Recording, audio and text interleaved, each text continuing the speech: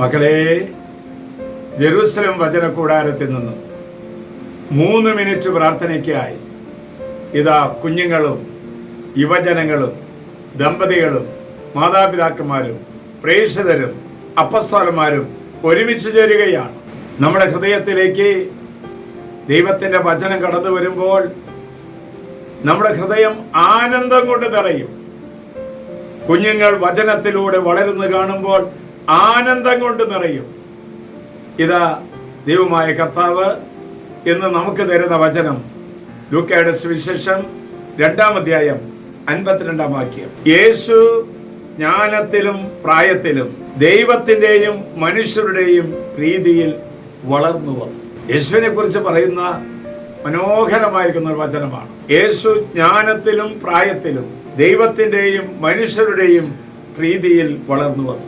ഇന്ന് കുടുംബങ്ങൾക്ക് ആവശ്യം കൃപ നിറഞ്ഞ മക്കളെയാണ്. ഇന്ന് മാതാപിതാക്കന്മാർ കൊതിക്കുന്നത് കൃപ നിറഞ്ഞ മക്കളെയാണ്. ദൈവത്തിന് പ്രിയപ്പെട്ടവരായി തീരണമെങ്കിൽ, മനുഷ്യർക്ക് പ്രിയപ്പെട്ടവരായി തീരണമെങ്കിൽ ദൈവിക കൃപകൾ നമ്മിൽ വന്ന് നിറയണം. ആ കൃപകൾ നമ്മിൽ വന്ന് നിറയുന്നത് വചനത്തിലൂടെയും കൂദാശകളിലൂടെയും ദൈവഹിതത്തിന് പൂർണ്ണമായി വിധേയപ്പെട്ടുകൊണ്ടുമാണ് ഈ കൃപ നമ്മിൽ വന്ന് നിറയുക. Praise the Lord. ഞാൻ ഇപ്പോൾ ജെറുസലം ധ്യാന കേന്ദ്രത്തിൻ്റെ ജീവസേനാനി, അതായത് ഒരു വലിയൊരു മിനിസ്ട്രിയാണ് തെരുവിൽ പ്രസംഗം പറയുക. പ്രത്യേകിച്ച് പ്രോലൈഫിൻ്റെ ആ മേഖലയിൽ നമുക്കറിയാം, പ്രോലൈഫിൽ ഒത്തിരി അബോർഷൻ നടക്കുന്നു, ഒത്തിരി പേര് കുഞ്ഞുങ്ങൾ വേണ്ട എന്ന് പറയുന്നു, പിന്നെ ഒത്തിരി പ്രായമായവർ ഒറ്റപ്പെട്ട് ജീവിക്കുന്നു. അതിന് വലിയൊരു പ്രതിസന്ധിയിലാണ് നമ്മുടെ കുടുംബങ്ങൾ. ആ കുടുംബങ്ങളിലേക്ക് ജീവസേനാനികൾ എത്തുന്നു, തെരുവിൽ പ്രസംഗം പറഞ്ഞുകൊണ്ട്. എനിക്ക് ആ മേഖലയെക്കുറിച്ച് പറയുകയാണെങ്കിൽ ഒത്തിരി അനുഗ്രഹം കിട്ടിയതായിട്ടാണ് ഞാൻ ഈ കുറച്ച് കാലമായിട്ടുള്ളൂ. എനിക്ക് തോന്നുന്നു വളരെ 3-4 മാസം അല്ലെങ്കിൽ 5 മാസമായിട്ടുള്ളൂ.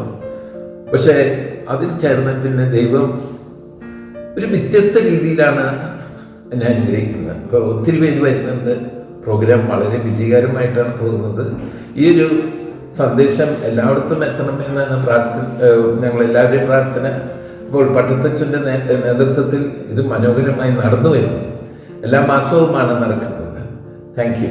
പ്രാർത്ഥിക്കാനുള്ള കൃപ, വചനം പങ്കുവയ്ക്കാനുള്ള കൃപ, മധ്യസ്ഥ പ്രാർത്ഥന നടത്താനുള്ള കൃപ, സ്നേഹത്തിൽ വസിക്കാനുള്ള കൃപ, സമാധാനത്തിൽ കഴിയാനുള്ള കൃപ, ഇതൊക്കെ കൃപയിലൂടെയാണ്. ദൈവത്തിന്റെയും മനുഷ്യരുടെയും പ്രീതിയിൽ വളർന്നു വരുന്ന ഈ കൃപയിലൂടെയാണ് നമുക്ക് സംജാതമായി തീരുന്നത്. ഇന്ന് ലോകമെമ്പാടുമുള്ള എല്ലാ രോഗികളായ കുഞ്ഞുങ്ങളെ അങ്ങേക്ക് സമർപ്പിക്കുകയാണ്.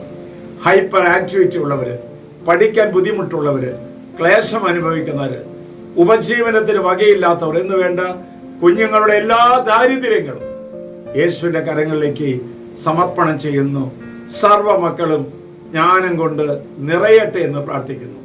ആശ്വാസപ്രദമായ രാത്രി, പ്രതീക്ഷാ നിർഭരമായ പ്രഭാതം, സൽപ്രവൃത്തി നിറഞ്ഞ ദിവസം നൽകി നാം എല്ലാവരെയും അനുഗ്രഹിക്കട്ടെ. നമ്മുടെ കർത്താവ് ഈശോ മിശിഹായുടെ കൃപയും പിതാവായ ദൈവത്തിന്റെ സ്നേഹവും പരിശുദ്ധാത്മാവിന്റെ സഹവാസവും പരിമളവും നാം എല്ലാവരോടും ഈ കൂട്ടായ്മയോടും കൂടി ഉണ്ടായിരിക്കട്ടെ, ഇപ്പോഴും എപ്പോഴും എന്നേക്കും. ആമേൻ.